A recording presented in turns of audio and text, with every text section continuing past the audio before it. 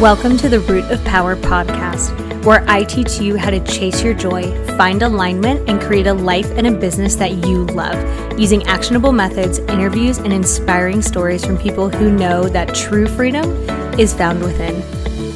I'm your host, your always hype woman and sometimes ass kicker, Amanda Chills, and I am so proud of you for choosing to step into your power.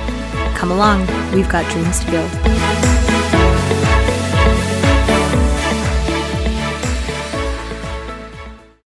Welcome, welcome, welcome, fam. I want to let you know that I have a free guide for you. 3 steps to start changing your life. We are going to cultivate some self-discipline. We're going to dream big, and we are going to start chasing those heckin' goals. So if you go to livemyhappyhealth.com, you are going to find it. I cannot wait to see you there. All right, y'all. Let's party.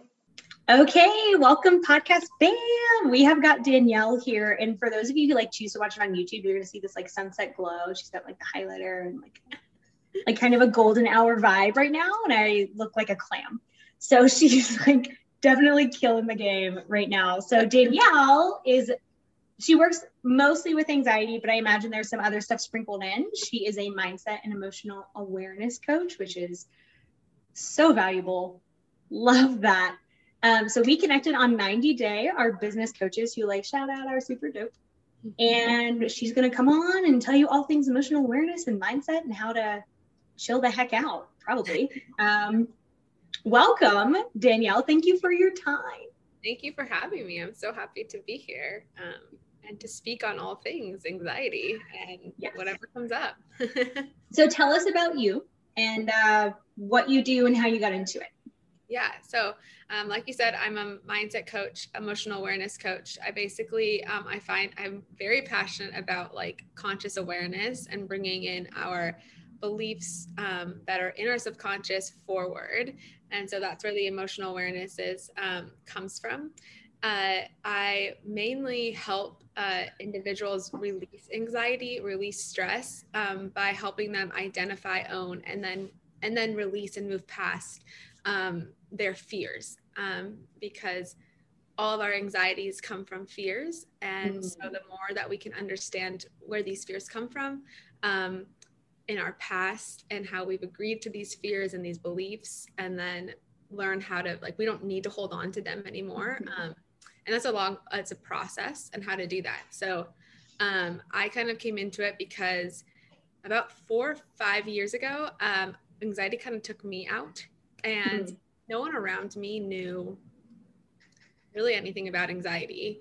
And I felt alone in that process. And I realized that my anxiety, I guess moving through it, I realized that my anxiety really came from, it was heightened because I felt alone in it. Because if anxiety is fears, and a lot of our anxieties have to do with our love and belonging and feeling like we're worthy.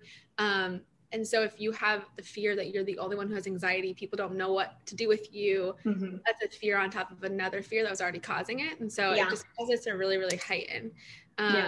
And I decided something within me just really knew it wasn't me. So I didn't want to take medication, and I went to therapy, and I just kind of really worked through it and felt like there was so much information that we're just not told about anxiety. I did a lot of research out of it. I did homework. My therapist now will check in, and she's like, you would not be where you are had you not done all the stuff that you did outside. In therapy, I was like, wow, there's a lot of people who are going to therapy and they're not getting the benefits out of it because they're not keeping themselves accountable outside. And I've always just been in tune with emotions. I'm really awesome at them and feeling them. So one of my strengths and weaknesses. And so I just took it kind of on. I think in the middle of my journey, I knew that this is going to be for somebody else. And so I just have really implemented it into every area of my life, and really went from somebody who had a huge massive abandonment fear, living by myself across the country. And so that's huge. And I have anxiety situational now, and it lasts for a very short amount of time. And so I just want to help people do that. Yeah. It's kind of my Oh, I love that. So you talked about kind of incorporating what you do into every area. But first I want to land on what the difference is between what you do now and what a therapist would do. Oh yeah. So what I do now is I feel like in therapy, you can only take people, you can only do so much. Like I love my therapist, I love therapy, but there's certain parameters around in which I feel like they can share and make me feel like seen. And so I think a lot of people go and they don't necessarily know that the person on the other side has experienced what they're experiencing. And so that's kind of the difference I feel like between coaching and therapy is we're kind of talking about the same things, but I'm able to share my experience and know exactly like, hey, I've been in your spot and I know like that kind of way is I feel like my clients resonate a lot with that. The other portion is when you leave therapy, you leave therapy. And I like in my programs, in my group coaching and in my one-on-one, like I'm giving you tools, I'm giving you homework, and I'm walking you through the exact process that took me 3 years to walk through in therapy. And I'm doing that in a shortened period of time. I knew the questions that took me a long time to figure out. They were the questions I needed to ask myself. So I feel like there's just more accountability being had in that process so that you're doing the work. Yeah.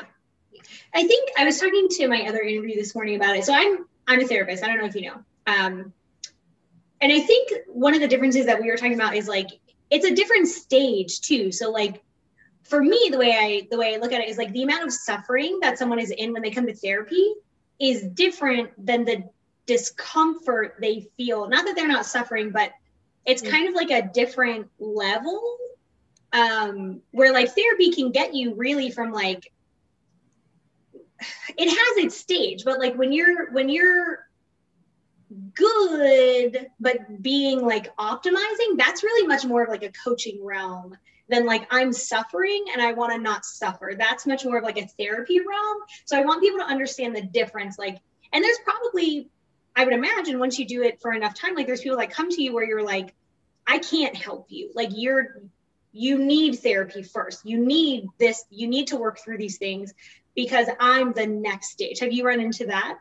Yeah, actually, it's a really good point. I totally agree. Cause I think that one, like especially my last group one, I had somebody who just had come from therapy and was looking for like the next step. Accountability. Yeah. And it was funny because in those conversations, I was like, in my head, I was like, wow, I think there's something really beautiful about even like coaching for me, like transitioning out of therapy. Yeah. Right? Like I've sat and I processed, like he hit rock bottom. Same with me. I hit rock bottom. And then I'm like, okay, now I need more. Like I've come, I'm really good with sitting with my emotions.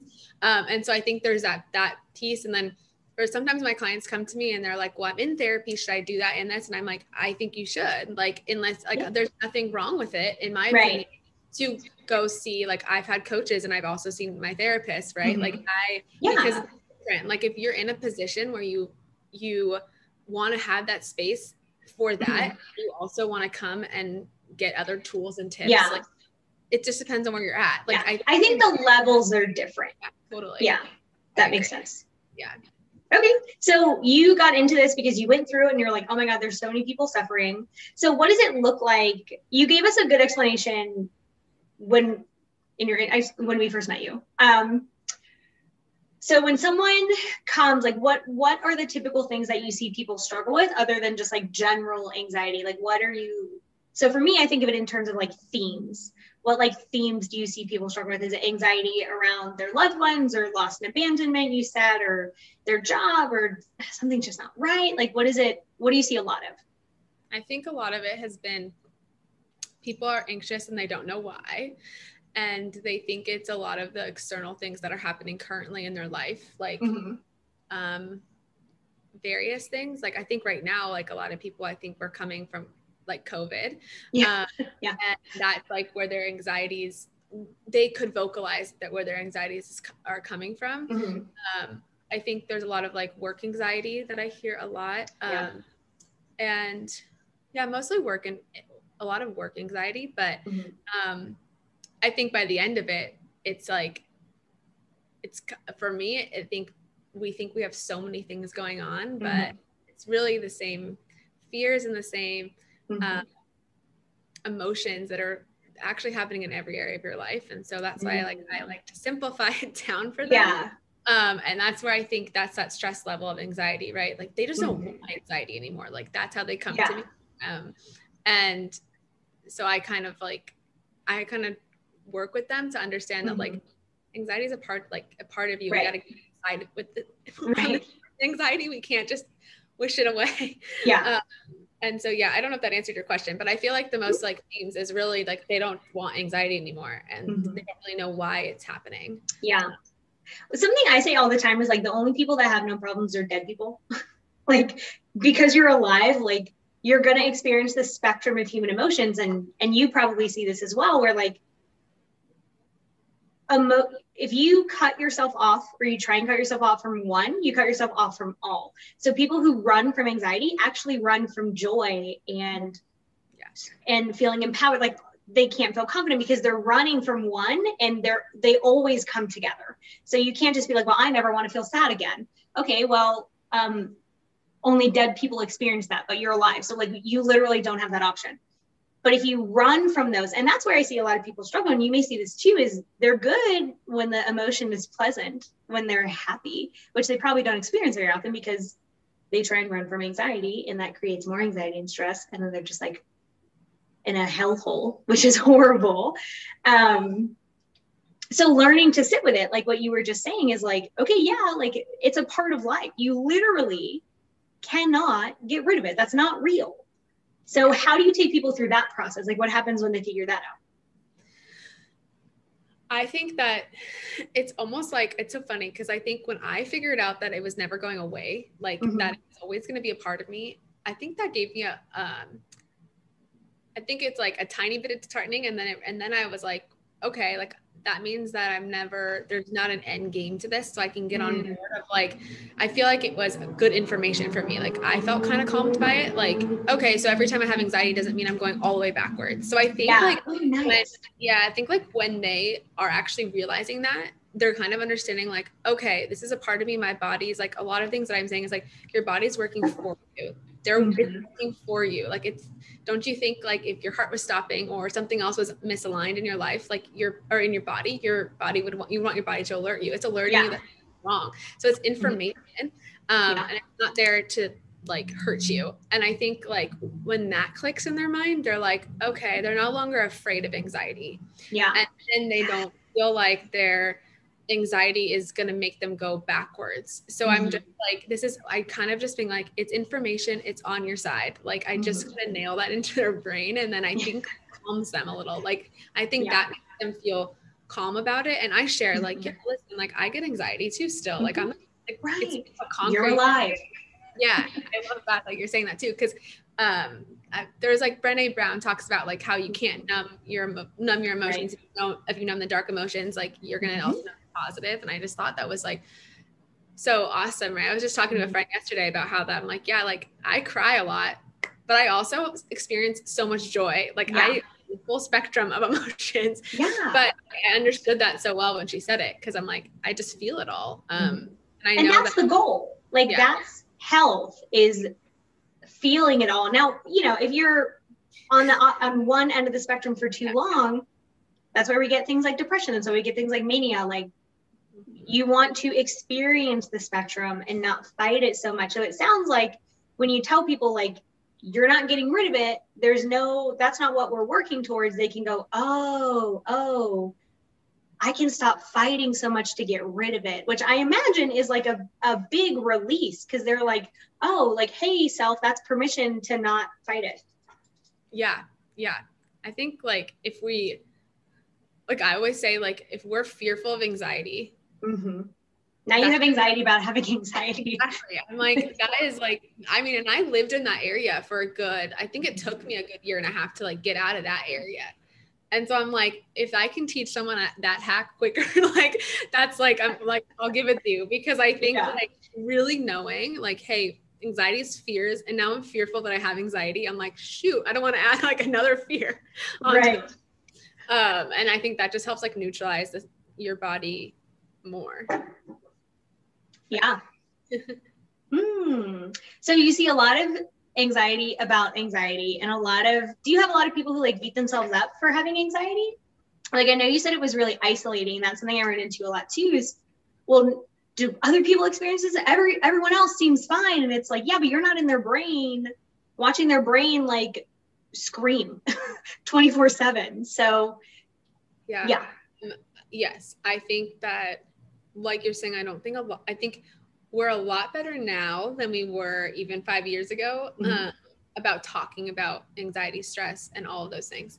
Yeah. And so I think that, one, people don't want to admit that they have it, or don't feel comfortable to admit that they have it. And so therefore, if I'm struggling and I can't help but say that I have anxiety, the other person, one, either doesn't feel like admitting it because they're embarrassed by it, or two, they don't really know that they have anxiety, right? Like, I've experienced a lot of people in my sharing of the symptoms that I've had with anxiety that are like, oh, I didn't know that was anxiety. I'm like, what did you think it was? They're normal. They don't know. And so they don't know. And so that's, it's been awesome to share those things because people are like, you know, understanding. And so I think the more I can empower people to just be comfortable with it and share, like, I'm pretty sure the other person on the other side has anxiety in some way, shape, or form, right? Like, my mom actually just came to me, like, she's been on this journey with me, like just a couple weeks ago. And she was like, okay, I think like the nervous feeling that I had in my stomach all this time has been anxiety, and I didn't realize. And so I just think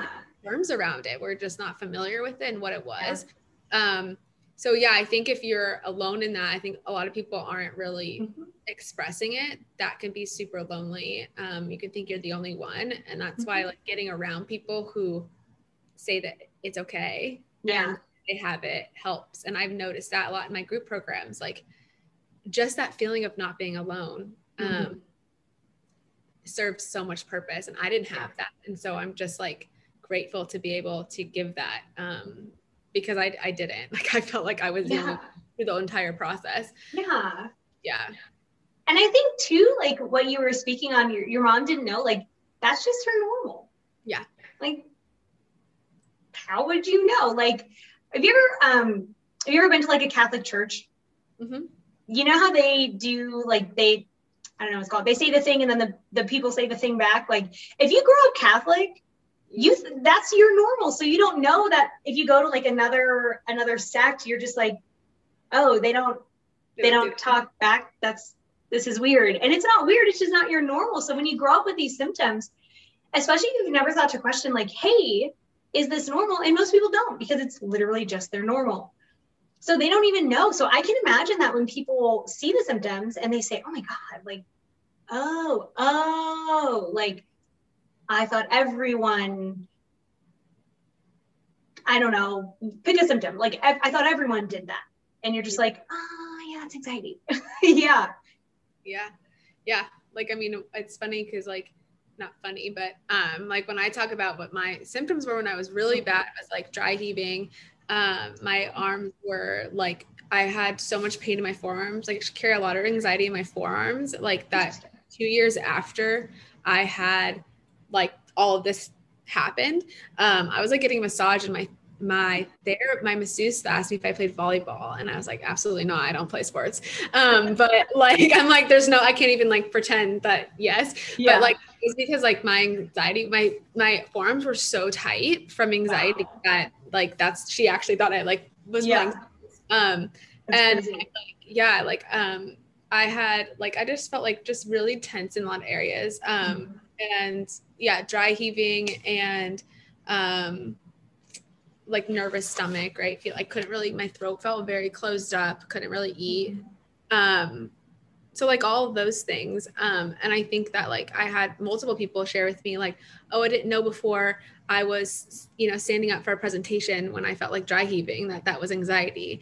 Like, just different things, right? We just like nervous jitters. It's like, oh, your body thinks like it's in danger. Like it is trying to like run. And so I just think it's been interesting, right? To like share and help people understand like there's a lot of symptoms. Go ahead. No, I was done. Oh, I was just going to ask you to share some of the symptoms that you experienced. That I experienced? Or that you see other people experience often, whichever. Yeah, I think a lot of like, other people, I think, get a lot of like, I've noticed like heavy shoulders. I've been hearing that a lot from men, like heaviness in their shoulders. I think there's a lot of like, obviously nervousness in your stomach. The no eating, like not being able to like swallow was a huge one. That was one that I really, really struggled with. Like I could only eat certain things. But I was like, then you'd get hungry, but like it wouldn't go down.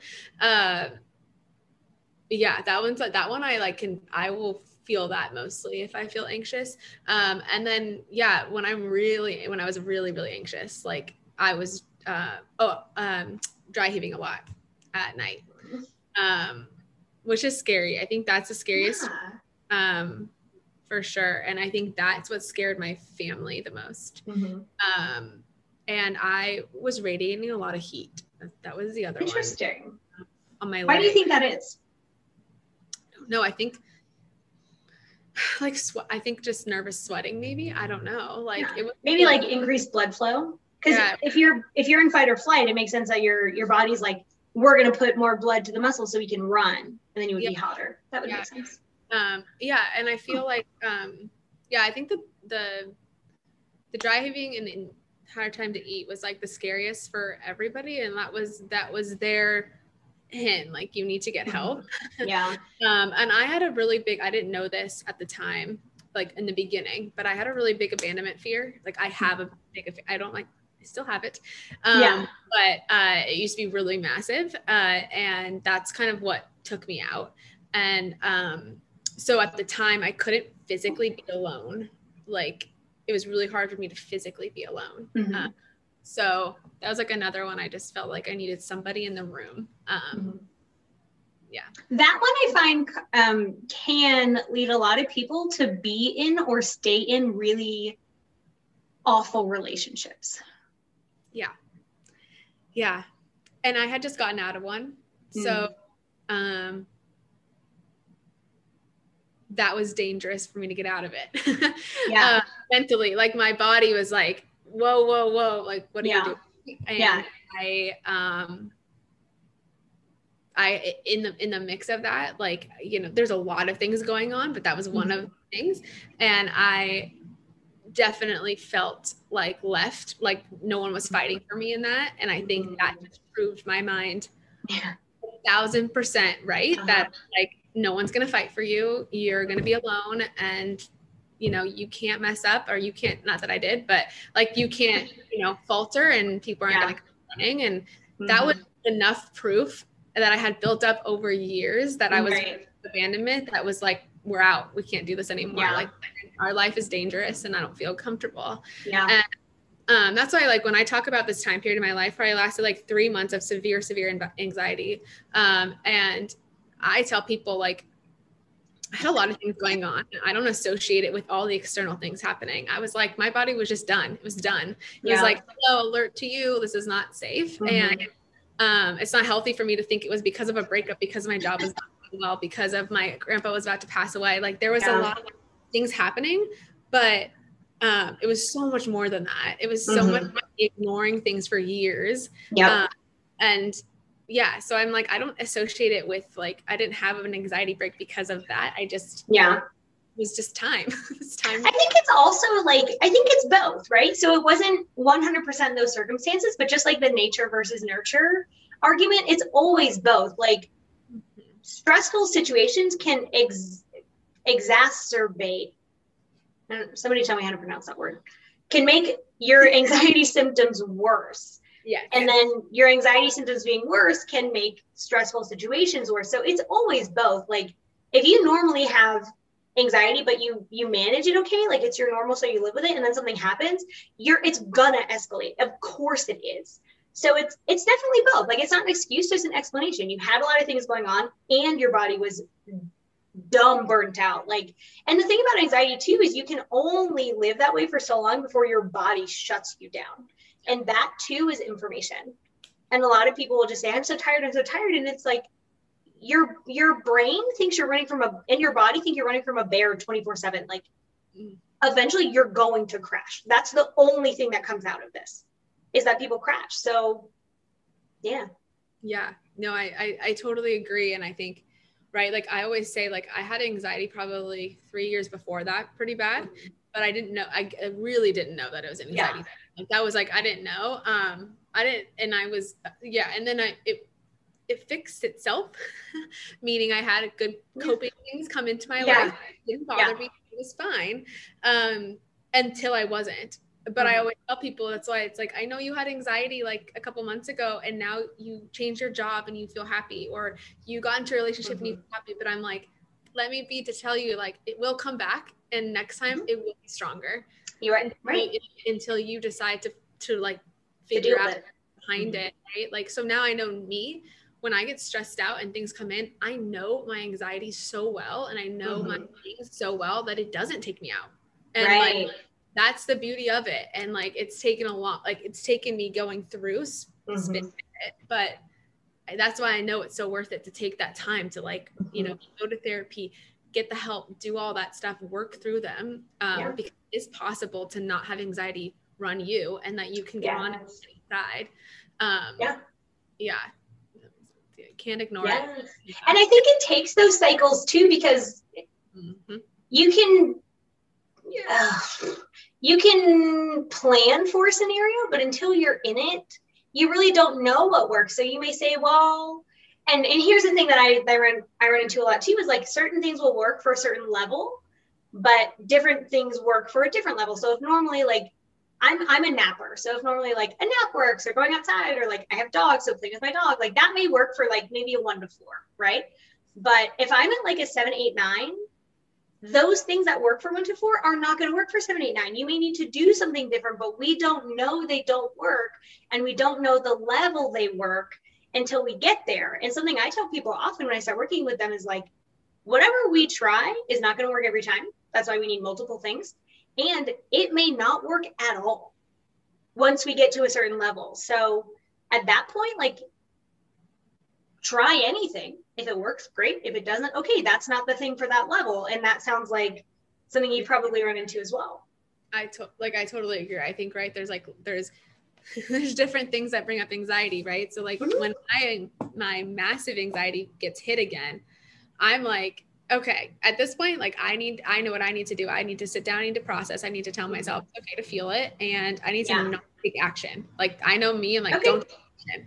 If I take action, in a certain area, there's one area I'm like, if I take action, then anxiety is going to heighten, because the action I take is going to cause the reality that I'm most fearful of. Like, that's for me, that's in dating, like dating, friendships.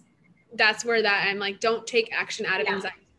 But then business wise, if I'm anxious because I'm worried about, you know, a money move, or I'm worried about, anything like that, right? I don't want to look at my finances, or I don't want to look at this. Like if I'm anxious in that kind of way, or even with working out, it's take the action.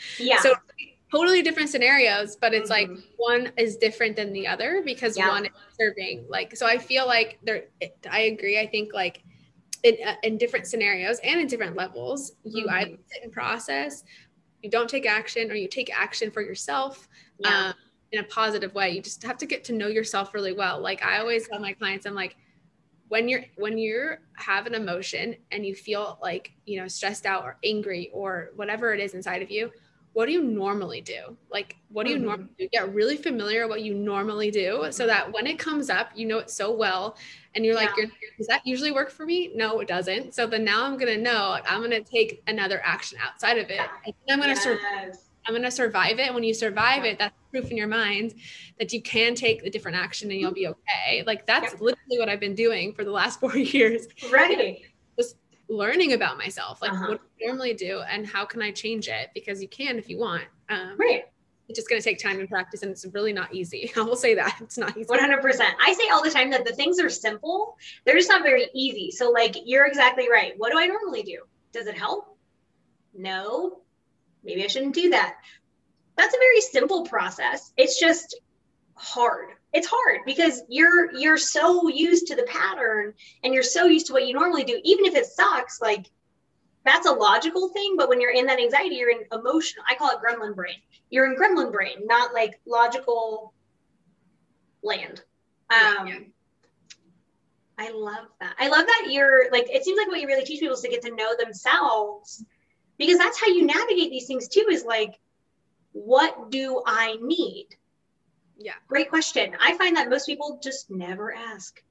Like, it's so specific to each of us, because we all grew up differently. We all have different perspectives. Even two people in the same family have different views on things, and it affects them differently. And so like the one thing that I do is learn their story. And to me, I think like, look at our lives on a series of events, right? Like if I come, I'm like, well, this happened and then this happened and then all these things happen in my life, and I just so much going on, like, and I'm like, okay, let's talk about it. Like, let's talk about the most big, impactful things. And what we end up doing is pulling out themes of what they felt, what they needed in each of these.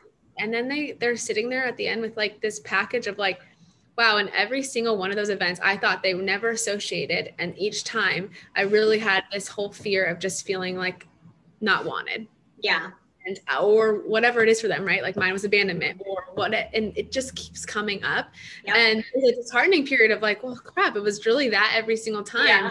And they're like, they get to a point of like, okay, now my life is more simplified. Because now I'm like, okay, when I have anxiety and stress right now and I'm not feeling good and I'm feeling emotional or triggered, I know this is my theme. These are my 2 or 3 themes. And now I can go back and process and heal those themes in the past, so that in the present I'm not feeling as distressed. And so I just think we're more simple than we think we are. And complicated. We're complicated, but we're more simple. But anxiety complicates.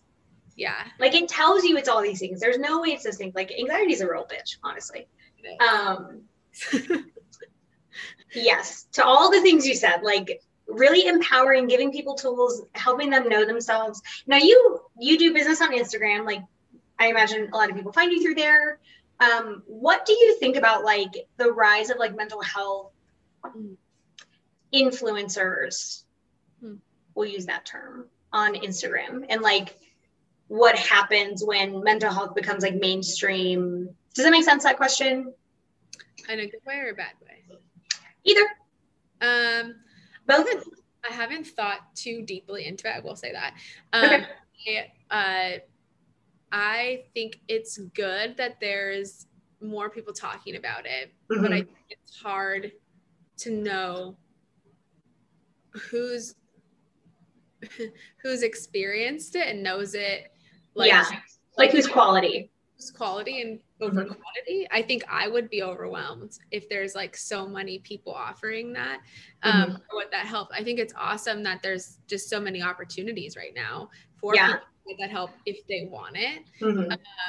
But I think knowing like who's best for you might be hard. I don't know if that answers your question. I think like making it mainstream. I think it's good to normalize it. So like, I think for me, like, I just really want to normalize anxiety. And so more people are talking about it, I think it normalizes it. But I do think there's a lot, I will say, that I have twofold to all of like the mental health stuff that's being shared is I really don't think that a lot of these like mindful practices that we have, I think they're really good like practices, but I think it's hard unless you've like done the deeper work that it's actually work. And so I think there's a lot of filtering around of like, you know, meditation and breath work and like today's a new day, you can do it.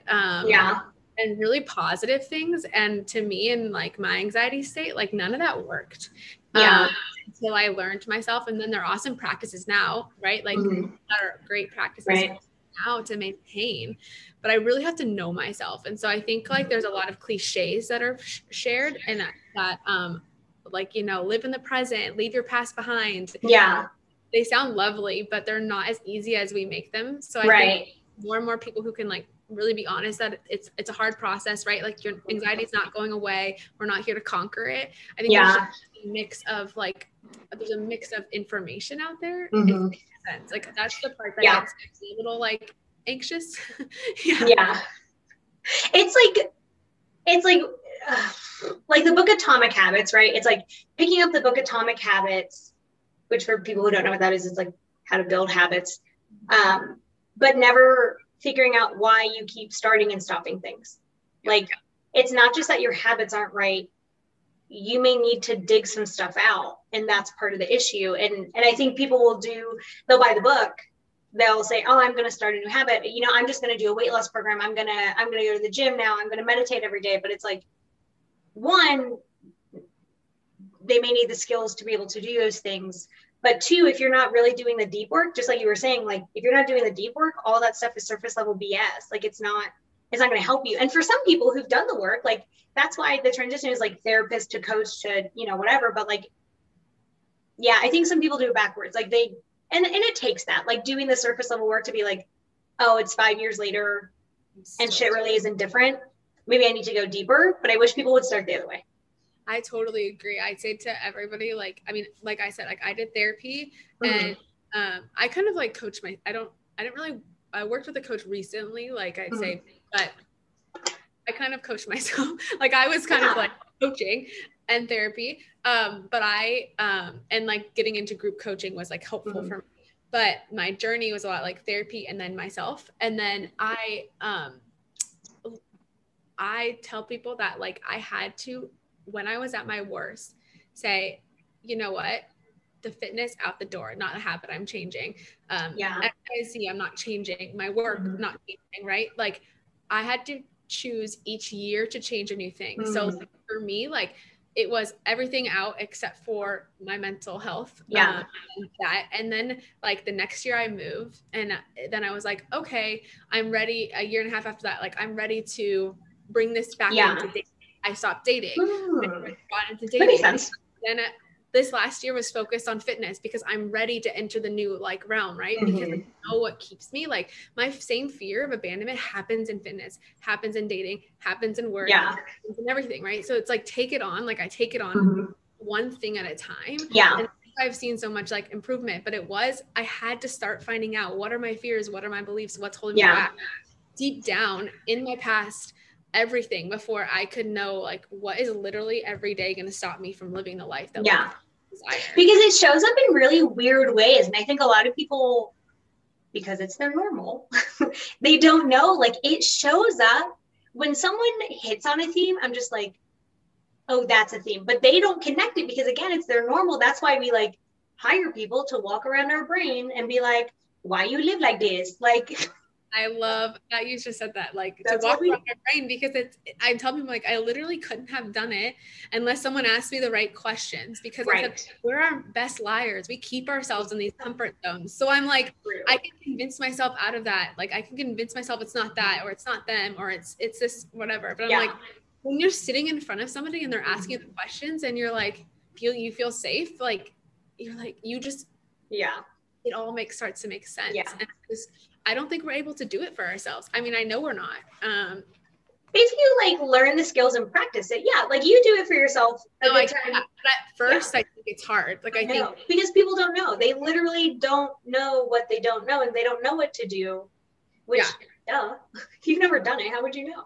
Exactly. I think it's just hard. I think it's hard. I agree. I think it's hard at first. And I also said, like, I actually just said this yesterday to somebody that, right? Like when we're changing habits in our own life, there's a lot of people around us who probably aren't. And so, you know, do it by yourself. It's going to be really hard. And also like, I think like for me with therapy, right? Like I left and I went into the world with everybody who expected me to be the same person. And that was really hard for me in my process. And that's why I like doing it alone is hard, right? Get around people who are also doing that work. And like, that's been really hard because it's like, you're going into that and you have to be really strong for yourself and know like, no, I am changing. I am doing the work. And like, I know these things are true. But people are not going to be on board with everything that you're doing in your life and changing. And that's can also be hard. Why do you think that is? Why people don't get on board? Yeah, I think that it brings out things in them that they're not ready to filter through themselves. They get used to you acting a certain way and to you living a certain way. And so that's comfortable for them. Like, you know, they get used to that. And I think like, I mean, for me, I think in family, right, I was processing a lot of stuff from childhood and other things that wasn't bad. I wasn't blaming anybody, but I think it's hard when they haven't really through it, like when parents and stuff. And so me communicating, that was like a challenge, or me kind of setting boundaries around people of like, that was like communication boundaries, and knowing like a lot of that's my responsibility to do. And they don't know that. So that process was healing for me. But at first it was clunky because I was like learning all this stuff and I don't know how to communicate, and I wasn't at that life yet. And I didn't know enough. And so, and I have an open book. So I was just sharing and just kind of protect myself and boundaries and communication. And so, it's, and I think like where I was, right, like 5 years ago, I don't think a lot of people were talking about going to therapy. They weren't. And I think people were like looking at me like, what's wrong with you? I'm glad you're doing that, but like I would never do it. Like I think that anxiety, but like you probably, now I know, I'm like, they all need to do it too. But it's just that process can be super lonely. It's like, go ahead. It's just, it can be a very lonely process for sure. And it can, which I love that you do a group program. So that must be so empowering for the group members to be like, because you can do group programs from all over the world, right? So people are just like, oh, me too, which must be such a relief for them. That's like the biggest thing I think that they're walking away with each week is that like from day one, like meeting one, right? They show up. I think everyone doesn't know what to expect of like, oh, I have to share in a group. And like people feel so light afterwards. Like that's always, they feel light. They feel like they can conquer like the next week, or they can feel like they feel supported because they're no longer the only one. And to see also, right, like I talked about simplifying your life, and to see that they have all these unique problems. And it's like, oh wait, everyone has that. And that's not to say that your problem doesn't matter at all. That's to say your problem matters, but we're all in it. We're all in it together. And you're not the only one who has these. We actually all do. And like the group is so different, like so different. I have males and females, and they're all different, but each person says every week, like, it's so crazy how similar our like fears are, our beliefs are, like how similar we are. It's like beautiful. Like we're so all different people, and you really understand like yourself so well, you're going to be able to understand people better. And that's true. So how long is your group program? Like explain to us what the programs look like and how to work with you, how to find you. What do they run like? So my group program is 12 weeks, so 3 months, but it is 10 group coaching calls. And then we have one-on-ones on either end. So the week 1 and week 12 are one-on-ones, and then other one-on-ones in the middle. So 4 one-on-ones, 10 group coaching calls. And it's really to understand your story so that you can unlock your potential is really kind of where it walks. It walks through 4 phases of understanding your story, owning it, knowing that it's okay, that that's your story, and then learning the learned beliefs and the fears and the triggers that come from all of that, where they came from, and then walking into forgiveness. So like we write forgiveness letters for themselves, for others, learning compassion, and then we go into communication. So now that I know all this about myself, how then can I communicate with my significant other, my friends on the other side, and share with them, take the ownership, right? I've taken ownership of my triggers and my stuff. And so I'm not placing the blame on them for happening. And that's kind of like how we walk. And then they walk away with like one that they really want to focus on for, so that's kind of the program. Love it. I love that. And then I have them filter into like, if they choose to filter into a mastermind, I have a community called the You Are You community. And it is an anxiety and stress management community that I have people in that are in a lower like level. So it's just a membership based. And I drop tips every week in there. Cool. And then they have 1 workshop a month. So those are the 2 nice. I have right now, and one-on-one coaching. Awesome. But that's kind of what I'm offering. Yeah, that's awesome. So how do people find you? I'm on Instagram. My name is on it. It's just Danielle Gonzalez, flat out. That's it. Can you spell it? DANIELLE and then GONZALES. Thank you. Yeah. And on there, I have a link on there. So Linktree, it links to my community and all different discovery calls in order to like talk. I love to chat with whoever, right? Just even if you need to know about what I do or anxiety or things a right fit for you. Yeah. And my next group program starts the first week of May.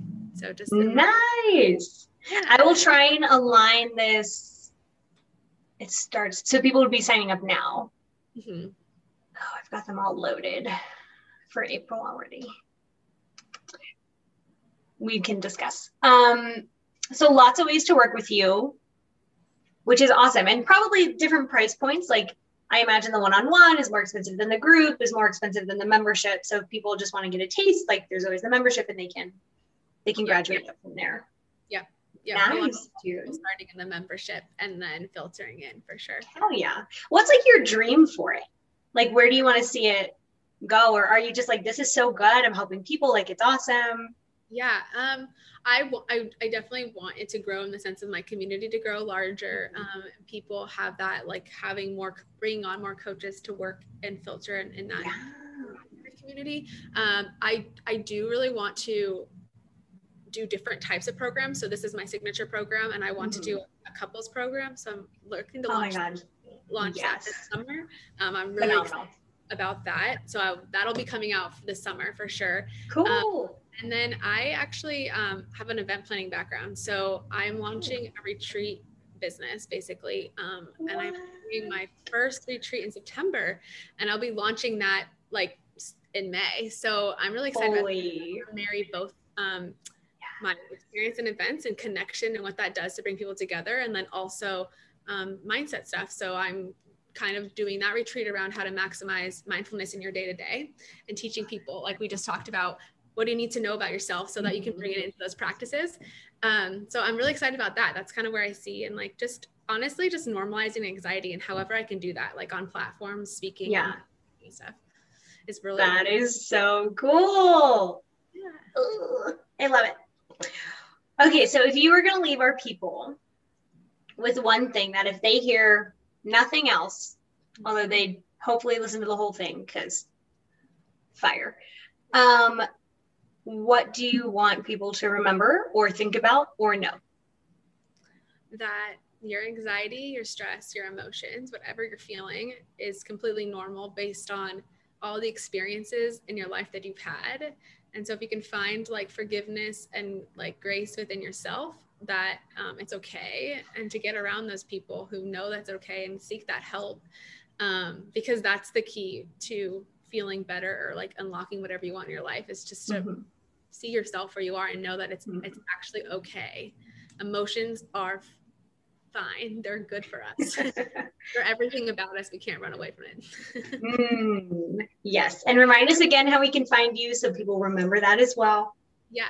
You can find me on Instagram. My handle is just Danielle Gonzalez, and with an S at the end. And yeah, find me there and message me, DM me. Yeah. Love it. And if they have questions, if people want more information on a certain topic, like tell us what you want and we'll tailor episodes to you. Dude, thank you so much. This was beautiful. Yes, I love that. That was so fun. Thank you for doing that with me. No, thank you. Okay, but how sweet is Danielle? Not only is she just making waves, doing what she's doing, helping people with anxiety, but she is just so grounded and so nice. Like, I just love nice people, y'all. So go have a beautiful day. If you want more support, if you are an entrepreneur who's struggling, your girl's transitioning into business coaching. So hit me up, livemyhappyhealth.com, and I will see you there. Bye.